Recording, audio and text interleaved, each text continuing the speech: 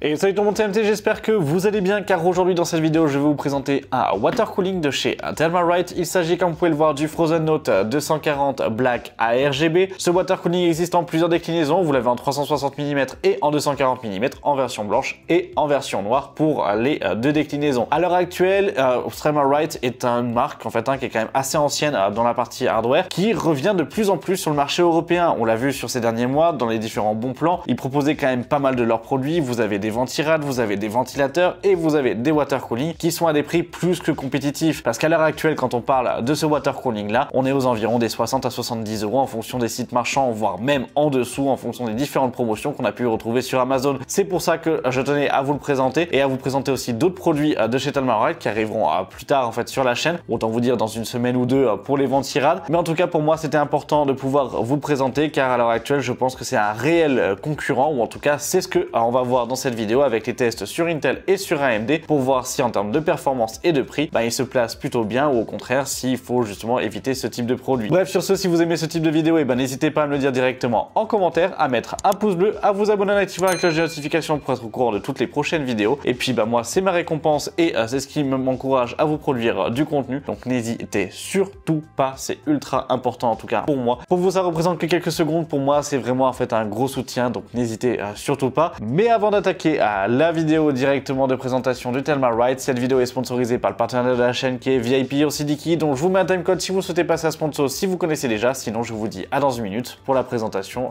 du Thermalright Frozen Note 240 Black ARGB. C'est parti. Et là on se retrouve sur le site de VIP UrCDKey et ce qui va nous intéresser ça va être les clés Windows 10. Donc là il propose une clé Windows 10 Pro à 17,40 €. On fait acheter maintenant pour la mettre dans le panier, puis on active avec la petite réduction, donc le code MHT18. Donc MHT18, vous cliquez sur accepter donc ou appliquer et ça vous fait la clé à 12,18 € à l'heure actuelle. Vous soumettez la commande, on va choisir le moyen de paiement. Moi je passe par PayPal. Une fois que c'est fait et que c'est validé, et du coup vous allez directement dans le User Center pour pouvoir voir où est votre commande. Après vous cliquez sur voir la clé secrète, vous avez le détail, puis en dessous vous avez obtenir la clé, vous cliquez dessus et la clé apparaît. On va simplement faire un copier-coller, puis on va ouvrir les paramètres d'activation de Windows. Vous allez coller la clé donc dans le champ pour pouvoir saisir la clé d'activation de Windows tout simplement, puis vous cliquez sur activer. Là ça va chercher pendant quelques secondes et après votre Windows est activé. Mais ce qui va aussi nous intéresser ça va être les clés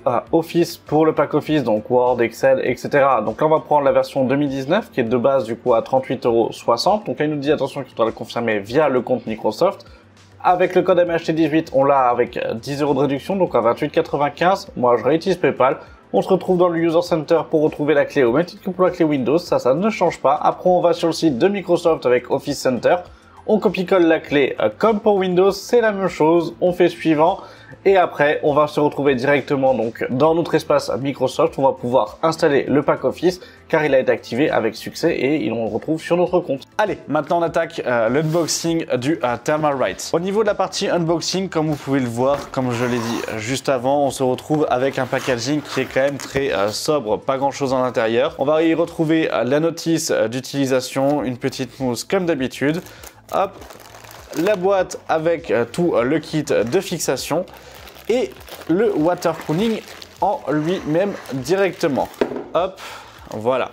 À l'intérieur, c'est tout. On n'a plus rien d'autre. Donc la boîte, on va tout simplement nous la poser pour éviter qu'elle prenne plus de place et on va s'intéresser au water cooling. Avant d'attaquer le water cooling, hop, on va avoir la partie fixation comme ici, où à l'intérieur on va pouvoir retrouver donc toutes les vis. On va dans un premier temps avoir un splitter PWM pour pouvoir raccorder les deux ventilateurs sur une seule et même prise sur la carte mère. Dans le kit de vis, on va avoir un tube de pâte thermique de chez Thermalright, c'est de la TF7, donc il reste une bonne pâte thermique. Si vous voulez voir les résultats de ce type de pâte thermique, n'hésitez pas à aller voir la vidéo que je vous avais fait il y a quelques temps sur la chaîne avec le comparatif de toutes les pâtes thermiques, et je vais le refaire d'ailleurs bientôt en fait et vous le verrez. Ici on va avoir des petites caches, donc des caches en fait pour du 1700, des caches pour les 1151, 1155, 1150 à ce moment-là. En termes de support il est compatible aussi, donc pour AMD bien évidemment, pour AM5 aussi. Là ici vous avez donc les vis vis pour les 2000 ou en tout cas donc les plus gros processeurs de chez Intel et après toute la partie visserie générale. Comme vous pouvez le voir, on n'a pas de vis de ventilateur parce que la particularité de ce water cooling, c'est que les ventilateurs sont déjà prémontés sur le water cooling et on va voir si c'est une bonne chose. Ici vous avez l'adaptateur donc pour AMD, ici vous avez la version pour Intel. Donc, clairement c'est quand même assez bien fait.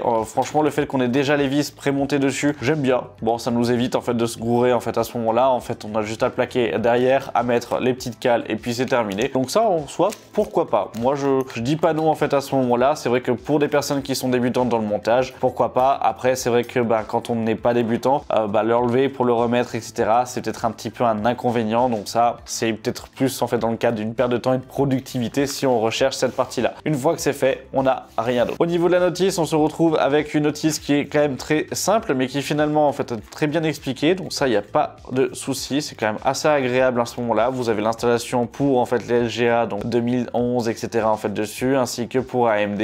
Donc franchement ça c'est cool. Il n'y a pas de souci en fait directement dessus. Vous avez le schéma au niveau du câblage. Pareil pour la pompe pour la partie ARGB. Donc ça voilà. Ça reste du coup pour moi en fait assez simple. Donc ça c'est ok. Maintenant on va s'intéresser au water cooling en lui-même. Déjà au niveau des ventilateurs, ils sont pré-câblés. Par ventilateur, vous avez une prise PWM avec un câblage qui est quand même assez robuste. Vous avez une gaine à l'extérieur, puis après donc une prise femelle et mâle par ventilateur en ARGB. Donc ça, c'est cool pour pouvoir les mettre en série à ce moment-là et utiliser qu'un seul port. C'est au même titre que la volonté d'avoir le splitter PWM pour celui-ci, c'est d'avoir les deux côtés. On va retrouver ici le câble de la pompe qui, elle, est située sur les tubes, donc pas du tout située au niveau de la cold plate et du bloc processeur ni dans le radiateur contrairement par exemple à MSI. Là on va plutôt retrouver un système qui est similaire en fait au Bicoyote à l'heure actuelle, donc directement une pompe au niveau du tubing. Là vous avez le connecteur pour la pompe donc qui reste quand même assez long et pareil qui est lui égainé, donc ça c'est sympa, on n'a pas un tout petit câble. Et après vous avez la partie donc bloc de refroidissement qu'on va pouvoir retrouver dessus, une partie vitrée pour le visuel, ça fait un petit peu comme les NZXT en fait, on va avoir un effet miroir à l'intérieur. Hop, la cold plate qui est juste ici où on va enlever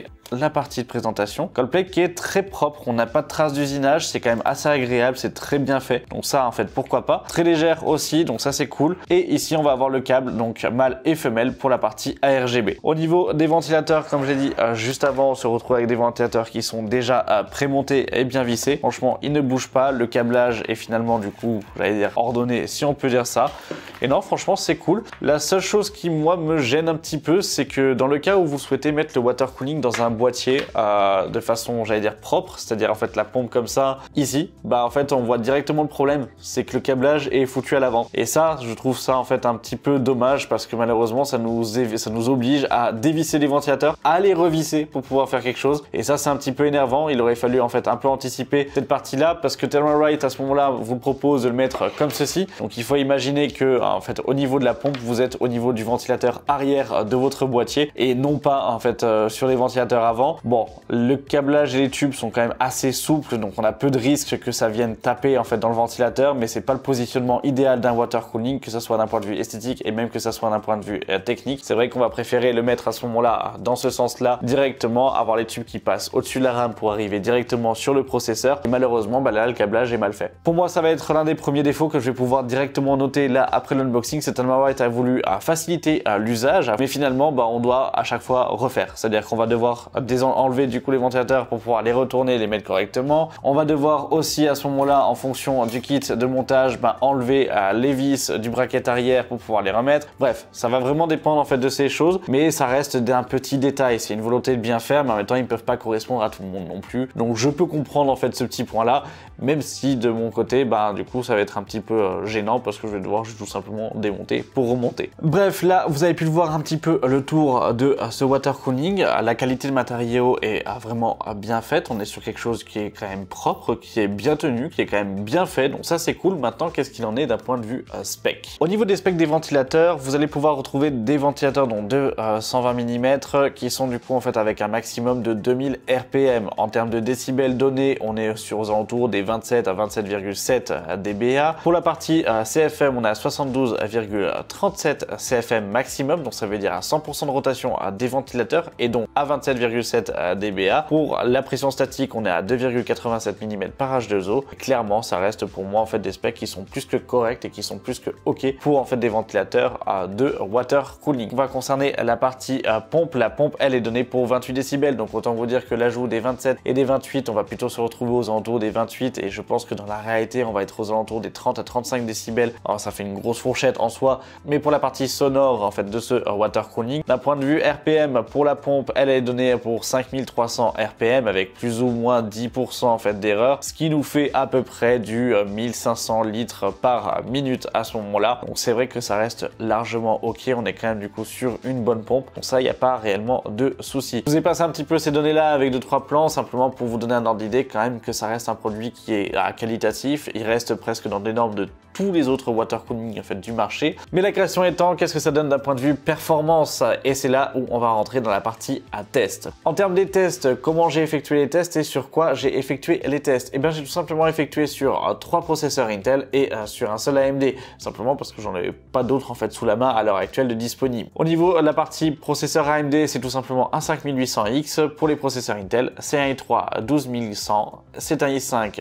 12400F et on est après sur un i9 12900K. Vous allez me dire mais pourquoi tester en fait sur un i9? Ben, simplement parce que j'ai testé tous les autres water cooling aussi sur des i9, donc au moins ça me donne une base de comparaison, mais c'est surtout de savoir en fait est-ce que techniquement il est prêt et il est capable et est-ce qu'il est apte à pouvoir refroidir correctement un i9 de la 12e génération. Je vais pas tester sur les 13e simplement parce que j'en ai pas en fait sous la main, mais en tout cas ça vous donnera un petit peu un ordre d'idée de savoir en termes de capacité ce que ça donne. Vis-à-vis de la partie usage et la partie test, comme d'habitude on va avoir les tests, j'allais dire synthétiques avec du Cinebench R15, du Cinebench R20, du R23, du R15 extrême, bref en fait un petit peu tous ces benches là, notamment aussi du OCCT que j'ai inclus. Et pour la partie qui je pense en fait est limite pour moi la plus pertinente après les benches synthétiques, c'est de savoir les benches en jeu. Et bien oui, à l'heure actuelle je vais intégrer maintenant beaucoup plus dans les tests de water cooling les benches en jeu, c'est-à-dire j'ai fait tourner tout simplement et je m'amuse moi pendant une demi-heure sur tous les processeurs à les faire tourner en 1080p pour pouvoir en fait solliciter plus de pros que la carte graphique à ce moment-là. Une sélection de différents jeux au bout d'une demi-heure, je relève la température maximale, la température moyenne en fait in-game pour voir ce que ça donne. À chaque fois c'est testé sur les mêmes scénarios en fait de jeu, aux mêmes endroits etc. en fonction des sauvegardes, même si ce sont des jeux en ligne, il y a des zones en fait où on peut jouer de façon tranquillou. Bref, sur ce, je vous passe les graphiques et les résultats avec ma douce et belle voix off et puis on se retrouve juste après pour la conclusion.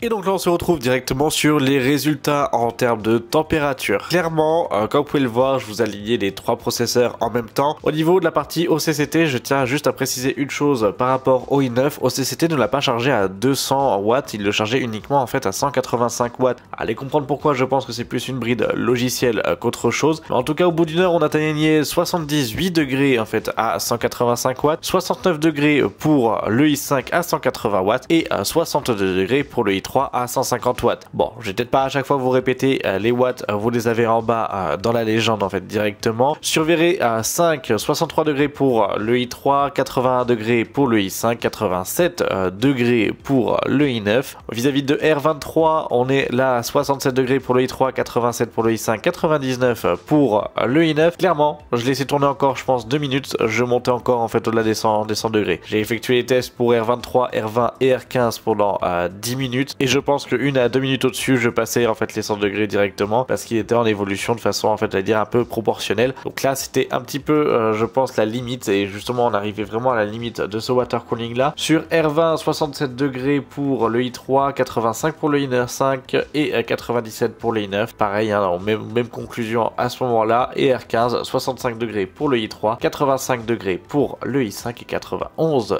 degrés pour le i9. Donc là, franchement, 200 watts, il a du mal, il va arriver vraiment en fait à sa limite. Je pense qu'à 220 watts on touchait presque sur tous les tests en fait à ce moment là les 100 degrés. Quand on est en dessous des 200 watts, donc typiquement pour un i5, certains i7 sans overclocking et le i3, je pense que c'est un water cooling, en tout cas là au vu des premiers résultats, qui sera largement justement en fait efficace et qui sera en fait un très bon choix, en sachant que je tiens quand même encore à préciser qu'on est sur 60 € pour water cooling, donc il se démerde vraiment pas mal. Maintenant en test en jeu, et c'est là où c'est assez intéressant parce que on voit quand même toujours plutôt en fait un peu la même chose. Mais finalement, quand vous regardez par exemple, et là on va prendre processeur pour processeur, sur Assassin's Creed Valhalla pour le i3 on était à 62 degrés, sur PUBG 57, sur Cyberpunk 65, sur The Witcher 61, sur Shadow of Tomb Raider 63. En soi, ça reste des températures qui sont correctes. Maintenant, si on part sur le i5, 65 degrés pour Valhalla, PUBG 59 degrés, Cyberpunk 71, lui il lui tire vraiment dessus. Sur The Witcher 3, 66 degrés et 69 degrés sur Shadow of Tomb Raider. Clairement, ça reste des températures qui sont bonnes. Et là où ça m'a impressionné le plus, et ben c'est avec le i9. Parce que sur Valhalla, on est à 68 degrés. Sur PUBG, vous êtes à 61. Sur Cyberpunk, on est à 76 degrés. Sur The Witcher 3, on est à 69. Et sur Shadow of Tomb Raider, on est à 71. Je tiens à préciser que ça, c'est la moyenne des températures que j'ai obtenues à l'heure actuelle sur une demi-heure de jeu. Je vous ai pas pris des pics parce que sur le graphique, et ça, si vous voulez, je peux vous les mettre en fait en commentaire ou je pourrais les publier en fait sur mes différents réseaux sociaux. Des fois, j'ai des pics où je monte en fait à 91 degrés directement et c'est un pic même pas en un dixième de seconde. Donc c'est vrai que c'est pas réellement en fait ultra représentatif, mais clairement là en termes de moyenne de température en jeu, ça reste largement convenable et ça reste pour moi performant. Pour avoir un water cooling à 60 €, pour avoir ces performances là, bah c'est pas déconnant et pour moi ça reste toujours très intéressant. Et donc là pour terminer avec le processeur de chez AMD, donc le Ryzen 7 5800X, sur OCCT on était à 80 degrés, enfin 79 exactement. Sur VRE5 on était à 89 degrés, R23 97 degrés, R20 92 degrés et R15 89 degrés. C'est aussi pour ça que moi ça me pousse à vous dire qu'à l'heure actuelle il suffira pour un i7 et pour des Ryzen 7, mais que malheureusement dès qu'on va arriver sur des tâches qui vont être quand même assez lourdes, notamment là par exemple en fait avec R23 qui va correctement l'illustrer, bah là on va se retrouver avec des températures qui seront quand même un poil élevées et du coup bah ça me dit que voilà, si vous faites un OC ou autre, je pense que derrière bah il tiendra peut-être pas le coup. Maintenant en jeu, et c'est là où en jeu c'est quand même assez sympathique, sur Assassin's Creed Valhalla vous êtes à 69 degrés, sur PUBG 66, Cyberpunk 75, The Witcher 3 72 et Shadow of Tomb Raider 71. Pour moi ça reste des températures qui sont plus que correctes, voilà. C'est aussi pour ça que techniquement il fait le taf pour du gaming, il fera le taf pour du coup beaucoup de choses. Après ça va tout dépendre des tâches que vous allez effectuer justement en fait avec votre processeur et avec votre machine. Clairement pour du gaming, pour en fait un Ryzen 5, un Ryzen 7, pour un i5, un i3, un i7, il fera largement le taf. Vous avez pu le voir juste avant, il tient le i9 aussi, mais du coup il va être vraiment limite en fonction de ce que c'est. Donc voilà, donc après ça sera à vous de faire votre choix en fonction des données que là du coup je vous ai donné. Mais en tout cas, moi ça reste plus que correct d'un point de vue résultat. Et voilà, je pense que vous l'avez pu le voir avec les résultats. Bah finalement les résultats sont plutôt pas mal. Pour un water cooling à 60 €, il va limite mettre à mal beaucoup de water cooling qui sont en fait près du double de son prix. Et clairement, bah ça reste pour moi en fait un bon produit. Je peux vous le conseiller en fait sans aucun problème. Mais attention, il y a quand même certains petits défauts. Là, on va voir la partie points négatifs et points positifs. Pour commencer, la partie points négatifs. C'est ce que je disais au début de vidéo. Il s'agit tout simplement du prémontage. Le prémontage est en soi une bonne idée. Malheureusement, il correspond pas réellement en fait à l'usage en fait du consommateur. Et c'est vrai que bah malheureusement, je trouve que c'est bête de perdre du temps dessus. Et c'est bête aussi de pouvoir en fait avoir des vis par exemple qui sont vissées à la machine. Quand on les enlève, on voit en fait qu'on a un petit peu de métal en fait qui s'enlève. On le remet dedans. Bah du coup, on force pas et ça rentre certes comme dans du beurre, mais le problème c'est qu'on abîme directement le produit. Ça, c'est vrai que je trouve ça un petit peu dommage et c'est un petit peu pour moi en fait le point négatif à ce moment-là, mais juste d'un point de vue qualité de fabrication ou en tout cas ergonomie portée à la fabrication dès le début. Pour d'autres, ça peut paraître pour un temps un avantage. Pour moi, je le considère comme étant un petit peu un inconvénient parce que si on le voit d'un côté aussi professionnel, si on veut monter ce type de water cooling là dans un optique de productivité pour pouvoir en fait monter plusieurs machines, bah malheureusement défaire pour refaire, bah ça lui perd du temps. Et clairement perdre du temps, je pense qu'on a autre chose à faire à ce moment-là dessus. Mais voilà, ça c'est qu'un avis en fait parmi tant d'autres pour cette partie-là. Autre point négatif, c'est sûr que pour un i9, malheureusement en termes de résultats, comme vous avez pu le voir, bah du coup il est quand même assez haut comparé à d'autres, que ce soit le Be Quiet, que ça soit en fait les différents Deep Cool que je vous ai présentés sur la chaîne. Clairement, ça sera peut-être pas le water cooling qui sera fait pour vos i9, ça sera pas le water cooling que vous allez utiliser pour faire des gros overclock. Même sur des i7, j'ai plutôt le conseiller pour des i3, des i5 et certains i7 si vous ne faites pas en fait d'overclocking à ce moment-là. Mais clairement pour des i9, ben ça va être un peu à limite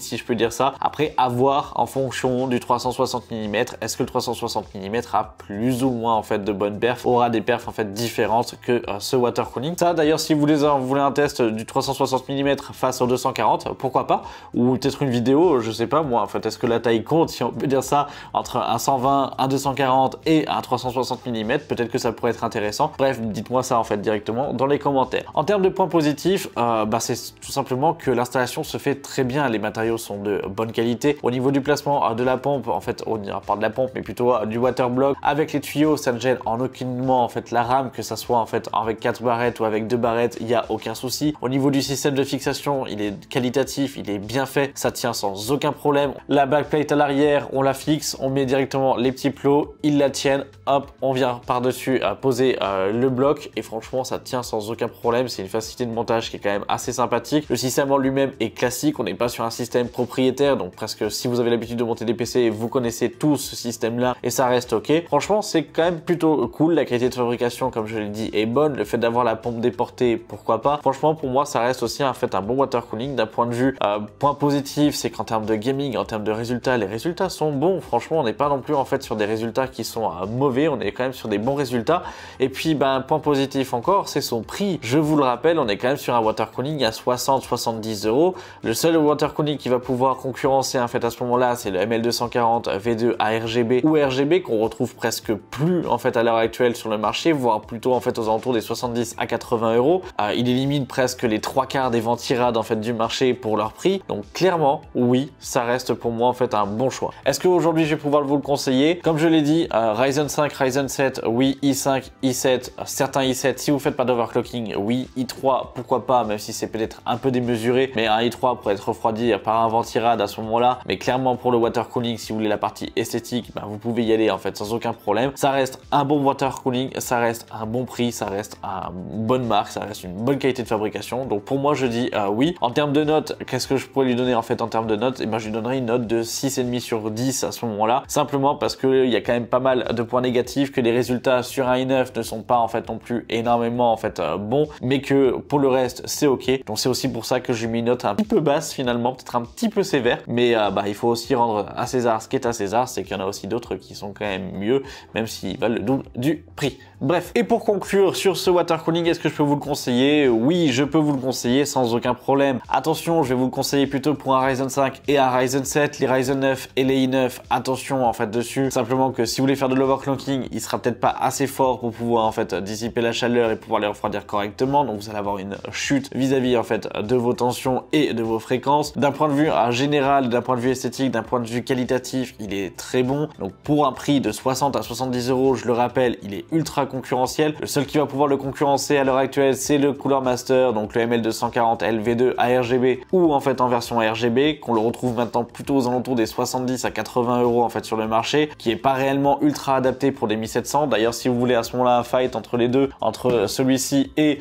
celui en fait de chez Cooler Master, dites-le moi aussi dans les commentaires. Au même titre que si vous voulez en fait la version 360 versus en fait 240, pourquoi pas, ça peut être un test en fait à faire pour savoir si la taille ça compte. Mais en tout cas, pour en conclure, oui, i5, Ryzen 5, i7, Ryzen 7, si vous faites pas d'overclocking en fait sur le i7 de 12e et 13e gen, sans aucun problème. Après, au-delà, ça va être un petit peu limite en fait en fonction des tâches utilisées. Et puis je pense que quand vous achetez en fait à l'heure actuelle un Ryzen 9 et un i9, on n'est peut-être pas non plus en fait d'un point de vue budget à mettre un système de refroidissement à 60 € dessus. Plutôt préférer partir sur des plus gros systèmes de refroidissement comme en fait par exemple de chez Deepcool, de chez Be Quiet ou de chez MSI. Ça peut être quand même assez intéressant, voire même en fait de chez Corsair à ce moment-là. Et là, je pense que le double du prix en fait peut être bien pensé parce que bien évidemment, il faut quand même prendre soin en fait d'un processeur à plus de 500 €. Donc voilà, je pense que vous m'aurez compris sur ce point-là. Mais sinon, pour le reste, clairement, ça reste pour moi un bon water cooling. Bref, je peux vous le conseiller sans aucun problème.